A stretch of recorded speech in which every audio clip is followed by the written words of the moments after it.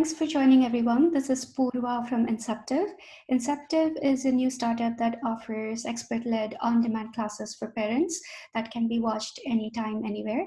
We cover a wide range of topics from breastfeeding support to dealing with temper tantrums or how to interview your nanny.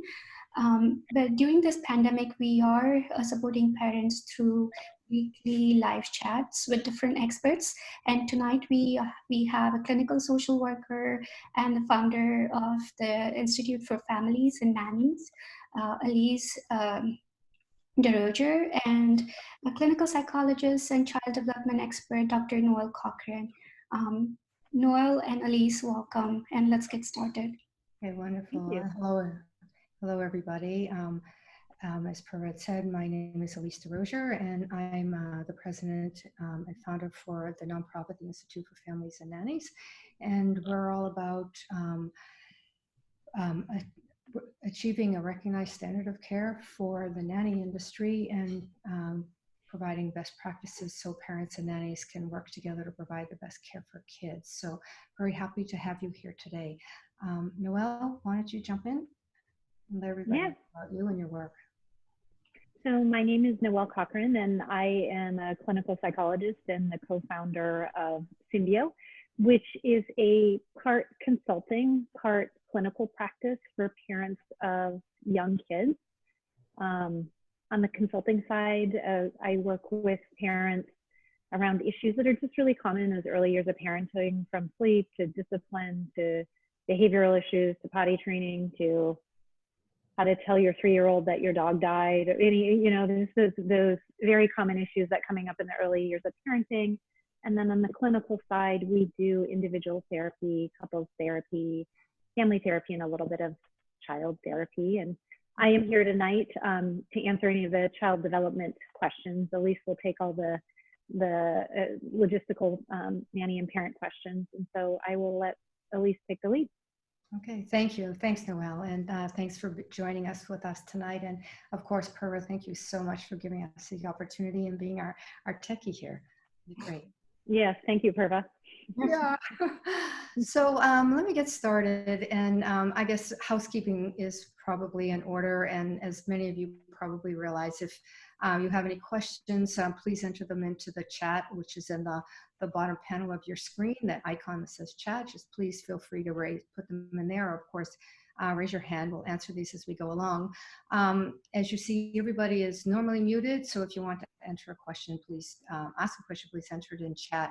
And as Purva had said, the presentation will be recorded and sent out and available on our websites and sent out to all those who are not able to attend. Resources will be available on our respective websites with links to useful information. So we'll be giving you some direction based on your questions as to other resources that could assist you going forward. And those, again, links and resources will be available on our websites. So I thought I would start with just acknowledging that here we are in the middle of a pandemic that nobody has ever been prepared for, actually have ever been in before. And it has created enormous amounts of stress in all areas of our lives, but particularly in the nanny-parent and child relationship. What we're seeing is that, of course, nannies and parents are both challenged to make the best decisions they can around work and pay. Should my nanny be coming to work or not? Is it okay? And do I need to pay her, and for how long, or how I get reimbursed for that? Parents and nannies are also challenged to be making best decisions about keeping everyone healthy and safe from the spread of the virus. And then, of course, they're all challenged about how to care for children during shelter-in-place orders, given that where children can go is certainly very limited. And of course, having many parents now at home working while the children are here. And then, without question, and we certainly never should forget that children are having their own reactions as their daily lives have changed while they continue to be developing and learning not only about themselves, but about others and the world around them. So, Purva, the next slide, please. Thank you. what we know, regardless of whether we're in the middle of a pandemic or not, that relationships matter. And when parents purchase childcare, no matter what form of care that they purchase, whether it's out-of-home care in a childcare center, family daycare home, or certainly with a nanny, that a relationship forms that's comprised of three parts. And you can see it in some ways as a triangular relationship. There's certainly the parent, the childcare provider, and the child. And that these relationships are complex, but they can be viewed in a kind of very simplistic way and complicated way as having both pragmatic components as well as caregiving components. And in a pragmatic way, what is the schedule that someone is going to be working? What are their responsibilities and what kind of pay are they going to be getting? And on the caregiving front, it's more about, what kind of care does someone provide for us and how does that care happen? And particularly in the context of the relationship between the parent and the child care provider, as well as the child care provider and the child that she's caring for. And then of course, the parent and their relationship with the child. So when, Purva, the next slide, please. So that when parents are purchasing care with an out-of-home caregiver from a child care center or family daycare home, there's standards and there's best practices that inform both of these components. On a pragmatic side, there's a contract that you would have with the child care center that has explicit terms on the schedule, the responsibilities, and what you would pay for care. There is a manual that parents get that describes what the child care center's philosophy is, that describes how care happens. And there's policies and procedures that address those situations in a more detailed kind of way. In other words, there's a HR department. When parents hire a nanny, however, and Purva, when parents hire a nanny, there's no HR department. And I think that's what we're coming up against here in this pandemic, that parents and nannies may or may not have a contract. They may or may not have a shared view on how care happens. And they most likely don't have someone that can advise them on how to resolve conflicts, so differences when and if they happen. They often rely on each other. They rely on family, friends, and online parenting groups to know what to do and how to do it when things change or when conflicts arise. So in the normal course of things, Purva? Thank you. While we have no formal study on what makes for a healthy parent-nanny relationship, we can assume, based on experience, that it is made up of three main areas. One is collaboration, that parents and nannies, in their own unique way, come to an understanding that they're doing this together, and they're doing it to give the best care for the children. And communication, another very important component, where again, in their own unique ways, that parents and nannies talk together regularly or at certain intervals of time in order to keep good care happening. And then finally, there's an agreed upon compensation. And whether that's in a verbal agreement or in a formal contract about how much you're going to get paid, what benefits that they're going to get, and that these match the hours that they're working and what their responsibilities are. So there's always expectable stressors in the nanny-parent working relationship. As care happens, typically we see routines are created and a relationship unique to each parent, nanny, and child comes into play or solidified. So for each family and their nanny, how they communicate and what they communicate about is generally solidified as care happens. And how they collaborate and what they collaborate on also gets to be established. And of course, how they compensate and what they compensate for also gets to be established.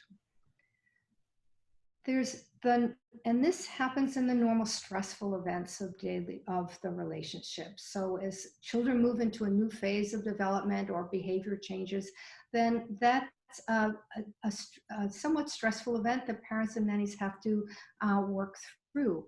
there are family circumstances that change, such as, parents' work hours may change, or parents may relocate, or their financial status changes. Children go to preschool and may not need as much care. A new sibling arrives, and the amount of care or the kind of care changes. And of course, there's always the nanny, and there's inevitable changes in her personal life that have to be navigated. So these are the normal stressful events. And typically what we see that these parent-nanny-child relationships typically endure and continue as one area of this triangular stretches to accommodate and adjust to manage the stress. So in some ways, as a child enters into a new phase of development, or as their behavior change, then the nannies and the parents, in their own unique way, they come to observe and to know. They get to talk together about it. They make decisions about it. They observe and see what goes on with their child, and then they get back to the drawing boards and have a discussion. Is it working? If it's not working, then what can we do differently? So, and the relationship enters into a new, perhaps a different way of working together. So that's what we see normally.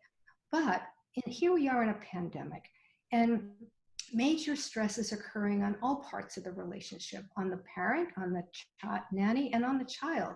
And what we see is that each participant in this relationship may not have the usual amount of resources or the ability to accommodate the level of stress that you're experiencing.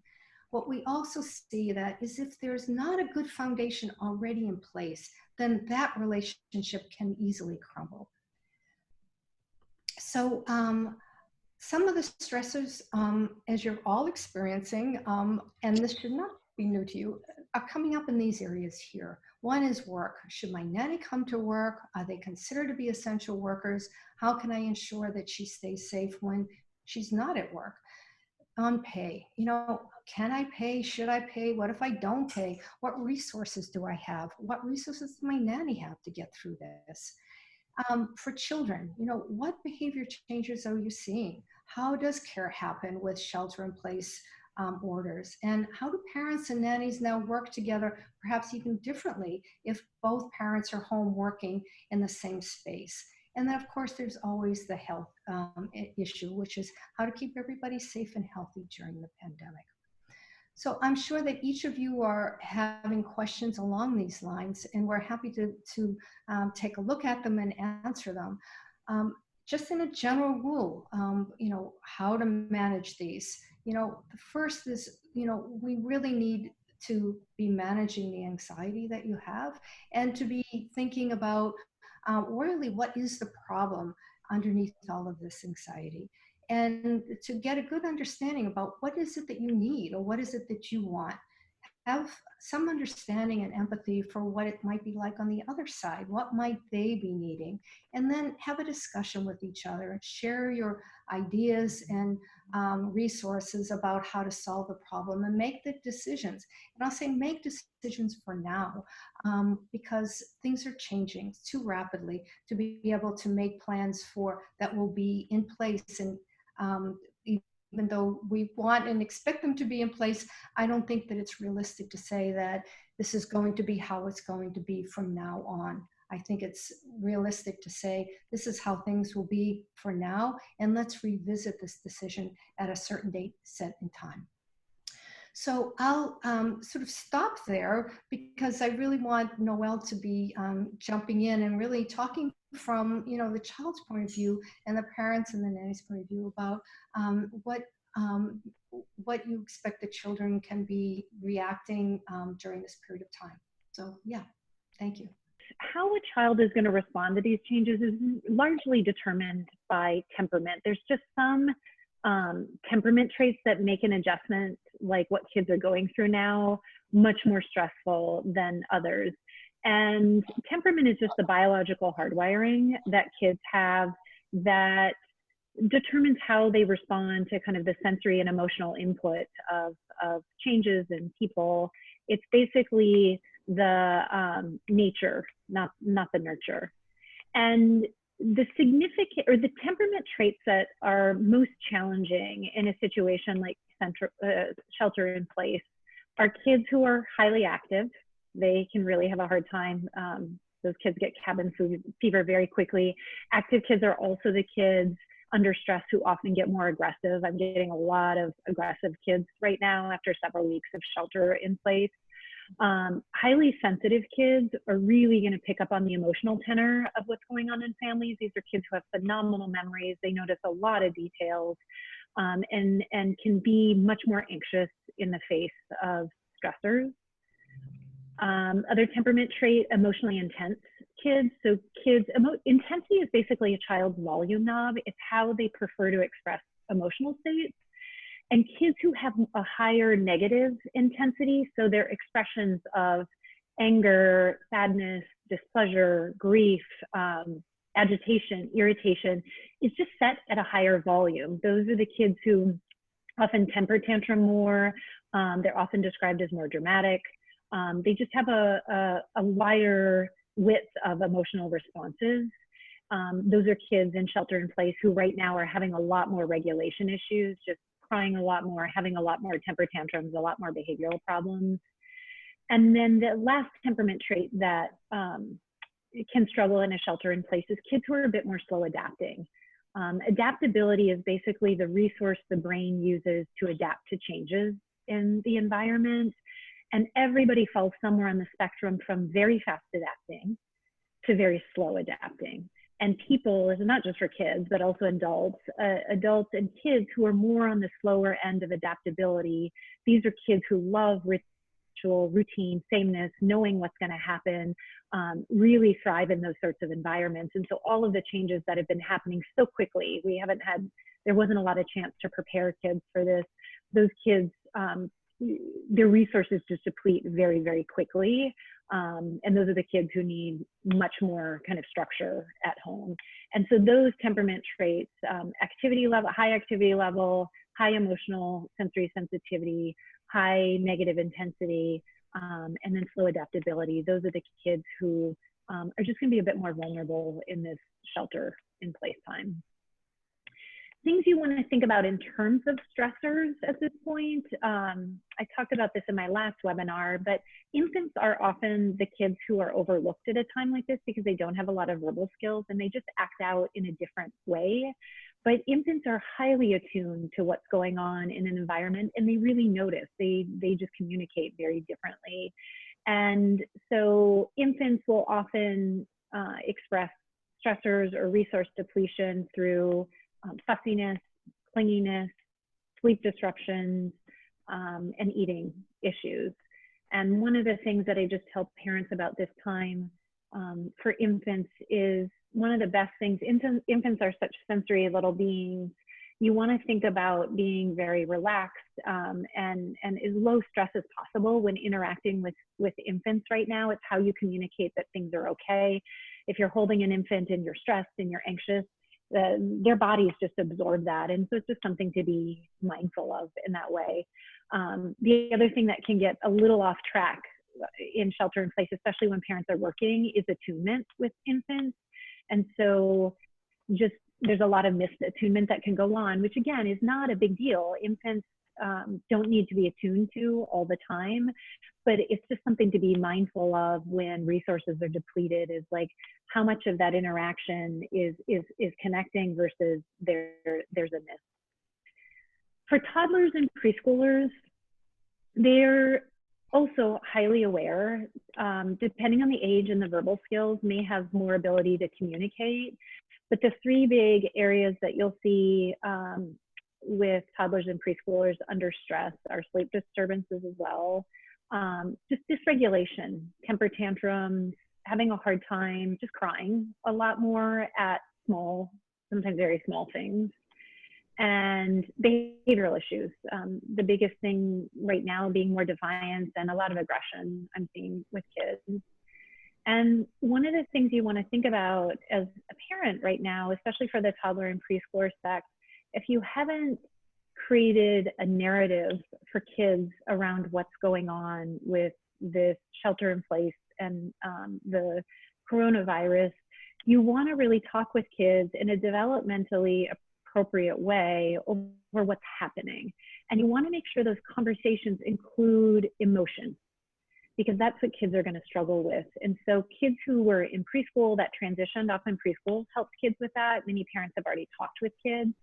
But if you haven't done that, you want to create a narrative. As humans, we're narrative beings. We love a narrative arc to our stories. It helps cohesion, and it helps bring anxiety down. And so, you know, simple things like with younger toddlers, being able to say things like there's a germ, you know, that's making people sick, you know, and the doctors have asked us to stay home, you know, and so that's what we're doing. That's why mommy's home, daddy's home, mommy and mommy are home, daddy and daddy are home, whatever the constellation is.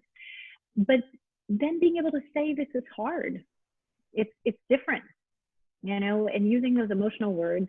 And you don't have to sum that up into like, we have an answer to what's going on. It's just being able to show kids that we're in it. As kids get older, you can add more to that narrative. But the thing that I really remind parents of is that that's not one time you tell kids. Kids learn through the repetition. So you want that narrative storytelling to be told regularly. And the more that your kid is struggling, the more you want to be telling that story and pairing their struggle with what's going on. So, you know, you're having a hard time, you know, you're crying a lot more, or things are harder. You know, that happens when you can't go out to school, or that happens when you haven't seen your nanny. I think you miss her, she misses you. Pairing those behavioral issues that you're seeing with what's happening creates, again, just cohesion for kids, and it reduces anxiety. The other thing that you really want to think about for those of you whose kids are in care, whether it's been a daycare or whether it's been a nanny situation, is you really want to, sorry, all my lights went out, so I don't know what's happening then, but you want to be able to talk about your nanny, caregivers. You don't want it to be that nannies and caregivers have disappeared and nobody's talking about them. One of the ways that kids will know that what's happening is okay is the way you talk about this. So if you have a nanny, being able to say, you know, Sarah's staying at home too. Remember how we said the doctors, there's germs and you have to stay home, so we're not going to get to see her for a long time. Like, we miss her, she misses you. And when you can talk about that in a way that kids sense, like, if there's no stress in your voice, you're not worried about it, that's what helps kids feel reassured that nothing bad is going on. For younger kids who don't have a lot of verbal skills, this is a time, and actually even for preschoolers who do have a lot of verbal skills, being able to show them videos, pictures, anything that helps summon the imagery of caregivers in their mind. We know that for kids younger than about 3, the mental imagery of primary attachment figures and significant attachment figures gets really hazy within 24 hours. And so that's why pictures are very, very helpful for kids in telling stories. And it can be very simple stories. Remember how when Sarah would come in the house, she would say, oh, I'm so excited to see you, or I miss you, or I'm here, you know, whatever she says, and just summoning those images, but definitely adding in, you miss her. You know, she misses you. We're not going to get to see her. This is hard.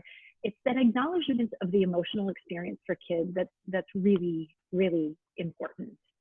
And then you want to think about contact when you're apart. You know, if you can, some kids can really tolerate FaceTiming with nannies, or having Zoom time or a phone call.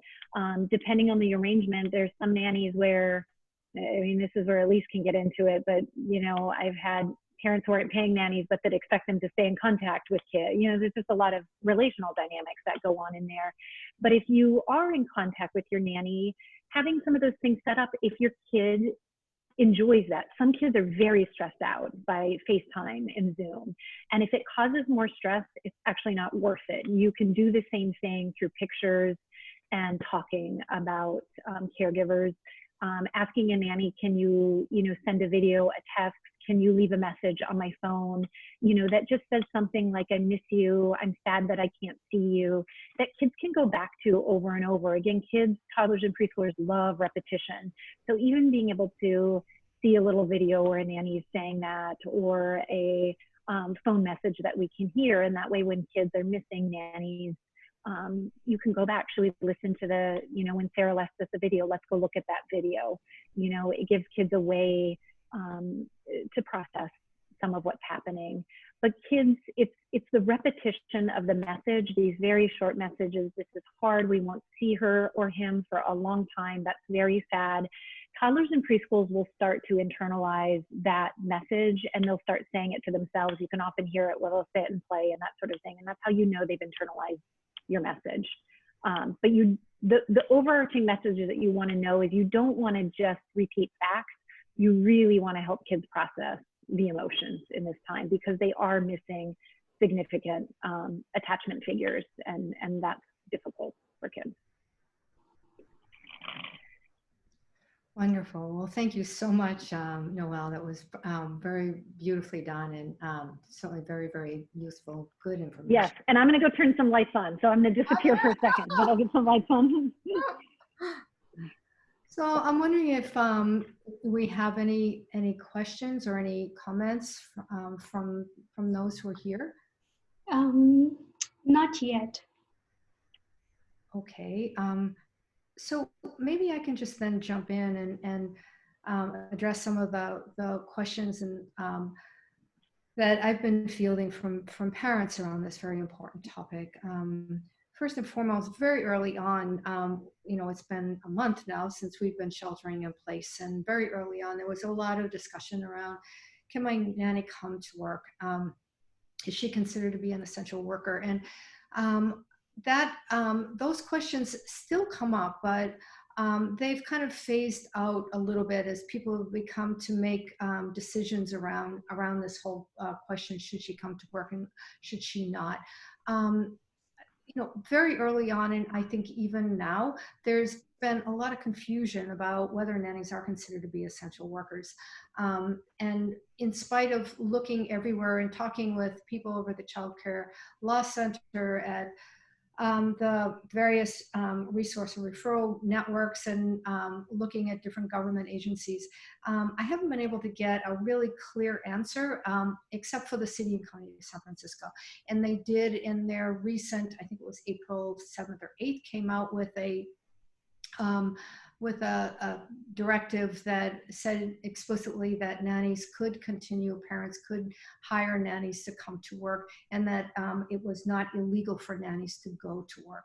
So that, I think, has eased up some of this question. But in reality, outside of the sort of the legal mandate, what I haven't seen is that parents have been making decisions with their nannies about what is going to be the right decision for them. And that's been across the board, from parents saying right in the very beginning, thank you, but no, I want you to stay home, we'll pay you, and you'll come back when the shelter-in-place orders are lifted. Others have started out saying, yes, you'll stay home. And then, 2 or 3 weeks down the road, they're saying, well, maybe I do need my nanny to come, having a difficult time being able to manage the kids on their own, while they're also having to do work at home. So what I'm seeing is just across the board, a lot of various arrangements coming up. Some parents, unfortunately, are terminating their nanny, and for their own reasons, necessary, but a lot of nannies are not working. A lot of nannies have chosen to stay home because of shelter-in-place orders, or they have young children themselves and they need to stay home. Some parents that I've heard have asked their nanny to come and actually live in with them for this period of time, and going home on weekends or on their off days, and just ensuring that they stay safe and healthy when they are not living with them. But they found that it was best to have the nanny stay with them during this period of time to minimize the spread. So I think, Purva, we have a question. What about family daycare? Are they essential? Yeah, so you just mentioned that at least in San Francisco City and County, nanny can come to work, but is it applicable to family daycare as well? Family daycares are actually under licensed care facilities, and my understanding now is that family daycares like center-based care are not considered to be, are expected not to open unless they're providing care for essential workers. Now, I've also heard that some family daycares are opening, so it's not, again, across the board, but my understanding is that family daycares are technically to be caring only for essential workers, children of essential workers. Okay. Yeah, I heard the same. Yeah. So there's another question. Would you recommend for caregivers or teachers to send a note or picture to the children over the mail to tell them that, nannies miss them or teachers miss them? Well, Do you want me to take this one, Elise? definitely. Yeah. Yeah, that's a great idea, because some of what it does for kids is it gives something very tangible. So toddlers and preschoolers, again, they're sensory beings, being able to touch things. It's why some kids are having a hard time in the shelter in place, because it's very different. You can't touch peers and be around them. When you're with toddlers and preschoolers, they're all over each other, falling into each other. It's very sensory. So having a note or a picture, I usually tell parents to keep, kids can't read. And so drawing a picture of, like, here's me and here's you and a heart, keep it more symbolic. You can have something that parents read, but words aren't as meaningful to kids as some sort of drawing or picture of the two of you that, might say on the back a heart and I miss you, that sort of thing. But I think it's a great idea to send to kids, so they actually have something to carry with you. You can do the same for, like, sending a book or any object, in that way. Again, toddlers and preschoolers are very symbolic oriented. So, sending a book that you like, or, you collected a rock, it doesn't have to be, it's meaningful to you, and parents can make it meaningful to kids. But what it is up to is parents to make that connection. And so if you have a nanny or caregiver who does that, you want to really hold that and repeat it. This is from, again, my nanny's name is Sarah tonight, so I'll just stick with that. Here's the picture that Sarah brought. Look, there's Sarah, that's you. She's saying she misses you. We put it up. We can see it regularly. You'll have to really keep that going for kids. And so make sure you do that work to make that connection. Yeah, so there's this little family-based daycare nearby where I live, and the teacher there, she actually set up time with every family, and she drove by, and kids from their windows. That was sweet. Yeah, some of them classes. Yeah, pretty great. Yeah, it's a great idea. Great idea. And for parents as well, Noelle, to be sending something to the caregiver. I mean, I think at a certain age, would it be helpful for kids to be also creating something with a parent that they send off to the caregiver? Yeah, and especially when kids are like, they're missing something, you want them to be able to take that emotion into something meaningful. So you're missing Sarah, let's draw her a picture. Let's go on a walk and pick up a leaf. Let's find something. Let's send it to her. It gives kids something to do with their feelings, which is a sense of efficacy. And, missing is a powerful emotion. One of the things that I tell parents all the time in consultations about missing is I love when kids miss, because you can't have missing without attachment. And so many parents feel bad because, kids will cry. Some kids talking about nannies will cry, they don't understand. But really allowing kids to express that, and anything symbolic that they can do as an exchange can be very helpful. Kids get to do something with that feeling. Noelle, and do you have any, or even Elise, any recommendation as as the orders lift and we start to transition back to the new normal, because now kids are used to having both parents at home, and they go back to work and you have nanny again. So for little kids, do you have any recommendations how parents can manage that, or even nannies can manage that? Yeah, Elise, do you want to start? Do you want me to take it? Kind of give a framework, Noelle, and then of course you could jump in and add to all of this. But one thing that we're recognizing during this time here that has always been such an important factor in a healthy relationship with parents and nannies is this discussion that they're going to be having to have about the hellos and goodbyes. And so, when a parent leaves in the morning to go off to work, or when she comes back home, or during the day when the child misses her, I mean, it's so important for parents and nannies to have a discussion about how is these hellos and goodbyes going to happen, and find ways, depending upon the age of the child, to be able to help the child understand that mom is gone, dad is gone, they're going to come back, you really miss them, and keeping in touch with them during the day. So what we're seeing here, when parents are home, now working and most of the day, that parents and nannies are really having to have a good discussion about how do you keep the children in many ways occupied, so that the parents can do the work. And this can be really hard for kids, and it's really hard for nannies to be able to know how to do that. And of course, and Noelle, you can talk more about what that looks like developmentally over time, but having some discussion between parents and nannies about these transitions is vital. It's vital now in order to help children be able to understand, why is it that I can't see mommy? She's on the other side of the room and the door is closed. And why do I have to be with you? Why can't I be with her all the time?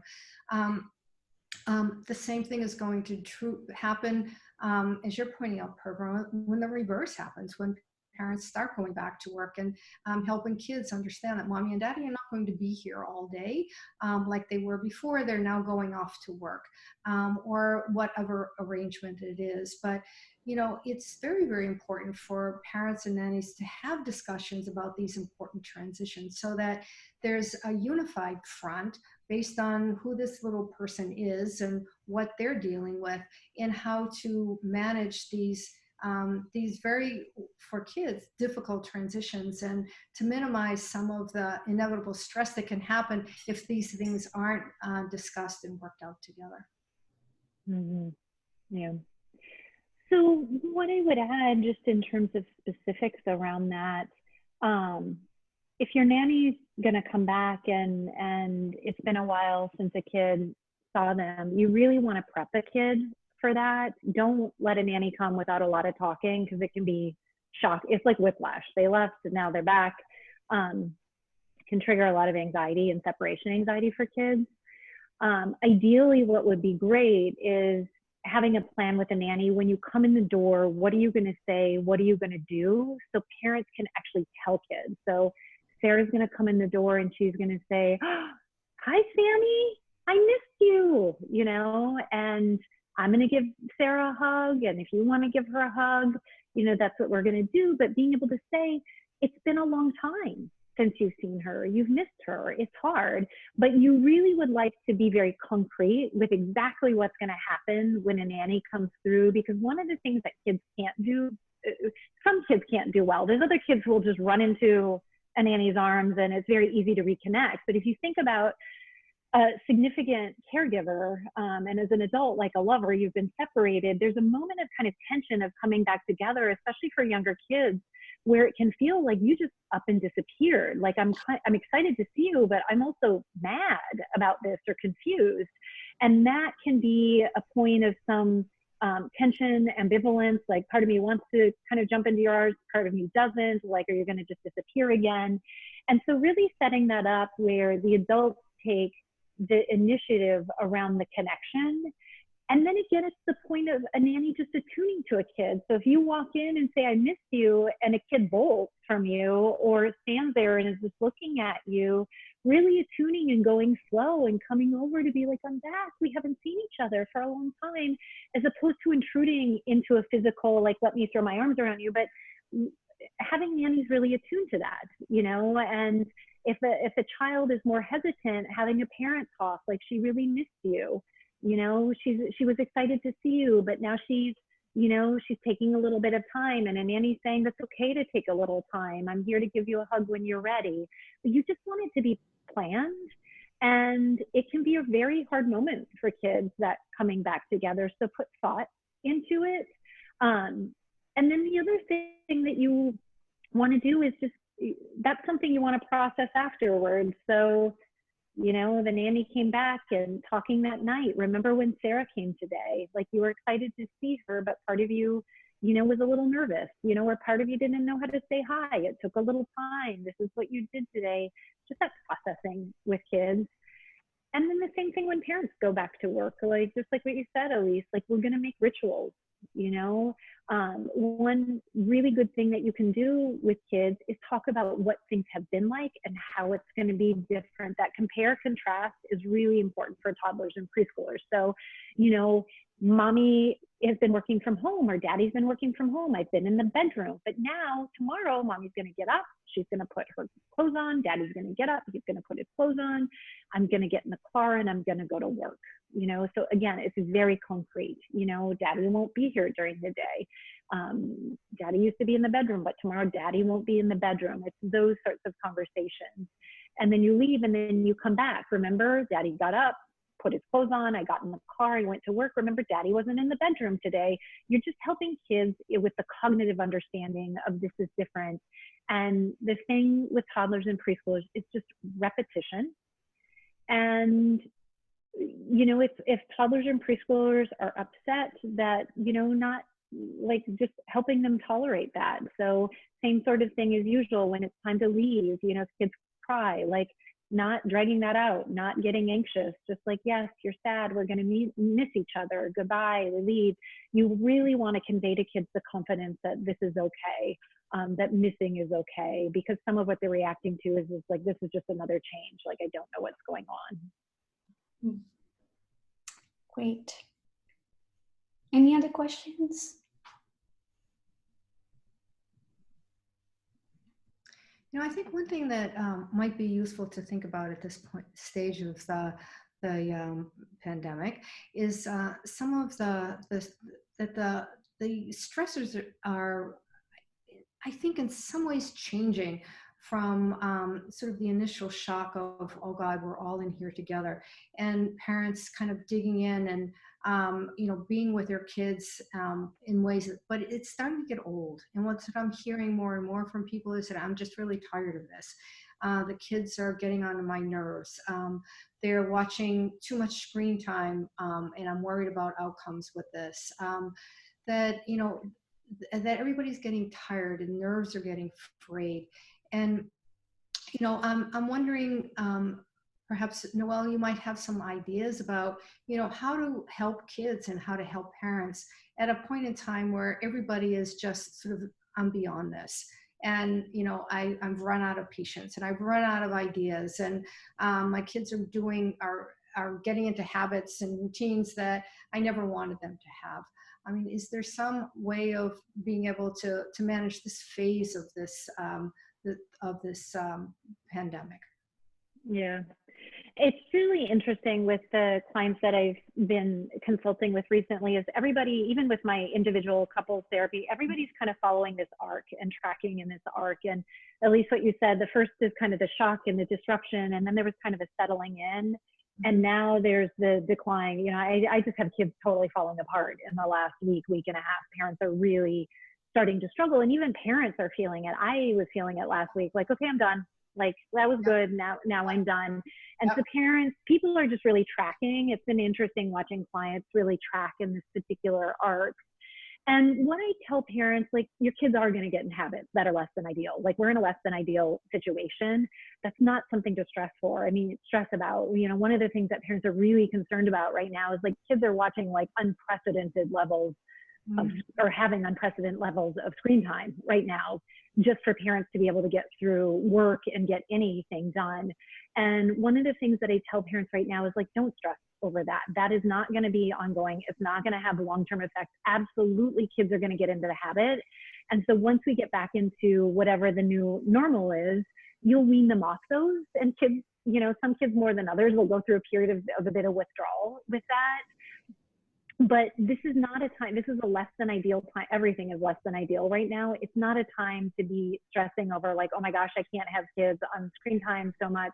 You want to be thoughtful about the content, but just be gentle around that. And kids are absolutely going to get into habits. Like, we're all going to get into habits that we have to undo. But once it's we're back to work or we've got care again, then you start unbraiding those habits that have happened. And the great thing with toddlers and preschoolers, especially around screen time, is you have control over it. And so some people will go cold turkey, some people will kind of wean off. That really depends on a kid's temperament. But I think one of the things that people are really starting to, that's creating so much anxiety right now, is just the unknown. We don't know. And that is a hard thing to kind of get through. And you just have to endure the anxiety right now. It's an anxious time. This is not a time where anxiety is not going to be there, stresses are not going to be there. And so this is a time of kind of self-care and just hanging on. And where are the little ways you can get little bits of resources replenished? Like, what are the things that you work on? What are the things that you let go? And one of the things that I'm just telling parents in general across the board is, if it's causing more stress than it's relieving, this is not the time to do it. We want to think of things that are just resource replenishing, and it's just not an ideal time. So we don't need to look at ideal right now. I'm telling parents right now, it just needs to be kind of good, just okay. That's all we're reaching for. Just hang on. Good enough is good enough. Yeah. Good enough is good enough, I've also been hearing from parents that are trying to manage the vast amount of uncertainties that they have in front of them. Like, I need somebody now while shelter-in-place orders are here. My kids are expected to go back to school in September, but I'm not sure if that's even going to happen. And so I don't know if I'm going to need full-time care come September. I don't think I am, but what if I do? And what about my work? I might need to start working more hours, or they may ask me to take paid time off. So, in many ways, this is happening on the practical side as well as with the kids. And so I'm also telling parents that, make the best decisions that you can for what you know now, and be transparent with your caregiver, with your nanny, about what you know now and how things are going to be, assuming things go in the same direction as you expect them to. And let's revisit this in July, August, when we know more about whether the kids are going to be back in school full-time, part-time, maybe not at all. But having that kind of a discussion goes a long way. And certainly on the nanny side of things as well, they're also dealing with so much uncertainty around their pay and around their work, as well as having to figure out how to care for the kids and working with the parents in the process. So, definitely not only making decisions on your own about how to manage all of these uncertainties that are coming up, but to be hearing and listening from your nanny, because she's also having to be managing and trying to do that as well. Yeah. And make plans for now based on what you know. Yeah. Sorry to interrupt. So we're at 8:23. So since we have a few minutes left, if you have any questions, please chat them. But I heard people are talking about virtual babysitting. Are there any laws, or is there any information source to get more details for parents on that? I'm not sure what you're referring to, Purva. When you say virtual babysitting, because nanny cannot come to your house. I see. So yes, a lot of parents are setting up play dates with their nannies and with the kids, their friends, and organizing these play days around a particular activity. And this is a way of keeping those connections going, of course, not only with their friends, but with their nannies, and having children get engaged in that kind of way. I mean, it's sometimes it works. I think for very young children, and I think, Noelle, you can speak to that, children's different reactions to it. But sometimes it's really hard for the kids to either be paying attention for perhaps longer than 5 minutes. It might be just hello, and then, I'm done with this, and they move on to something else. Or some other kids are really trying to figure it all out, what's it all about, and may need a little bit, even though you have a planned activity, be doing something like just showing you around their house. But the idea is that I'm seeing is really around keeping nannies engaged, providing some kind of level of support and care for parents. They have a relief from the care, and you know, for kids to be ideally learning something in the process. Got it. Thank you.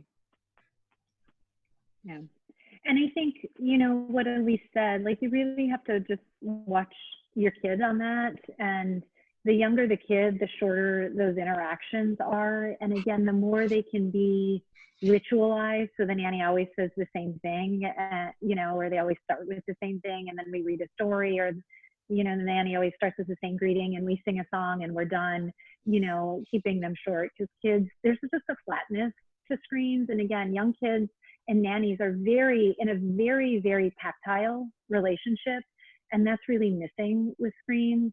And then some kid, like, I know FaceTiming with my niece, I spend the whole time looking at the like ceiling, and she puts her guinea pig on the phone. It's just like, there's nothing there, you know, whereas my other niece, she will chat and chat and chat and chat and chat, you know. And so I kind of put the kibosh on screen time with one of my nieces, and the other one can really do it and hang in there for much longer. And then there's particular days. Some days, just like with people, some days I'm more into it, some days I'm not. And just as a parent, being able to be flexible, you know, we have a routine, but we're flexible. But the more ritualized it can be, and the more it's short, so it's a positive experience. And you know, I know when I'm doing therapy, I've done some teletherapy now with kids on FaceTime. I have got to work like super, super hard to keep kids engaged. It's way, way harder than being in the room with kids. And so shorter is better at this point. So it becomes a positive experience. And then parents can keep that interaction going afterwards by talking about it. Remember when you guys sang Twinkle, Twinkle, Little Star? Like, I think she really, you know, Sarah really liked that. Did you see her smiling? Or you had a good time with that? You know, those sorts of things. You can milk a lot out of those interactions by talking about them afterwards and referencing them. Mm-hmm. Great. Any questions?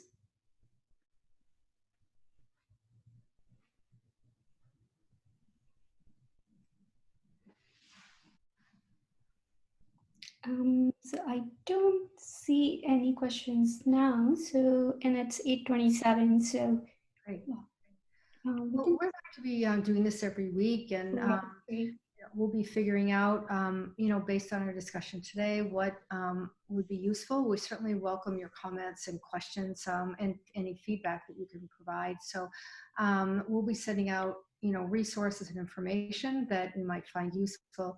But of course, we certainly would welcome and love to hear from you as well. I hope it was helpful. Yeah. Thank you. Thank you, Elise. Thank you, Purva. Thank you, everybody, for joining. All right. Thanks, Purva. Thank you. Everybody. Bye. Take care. Bye-bye. Bye.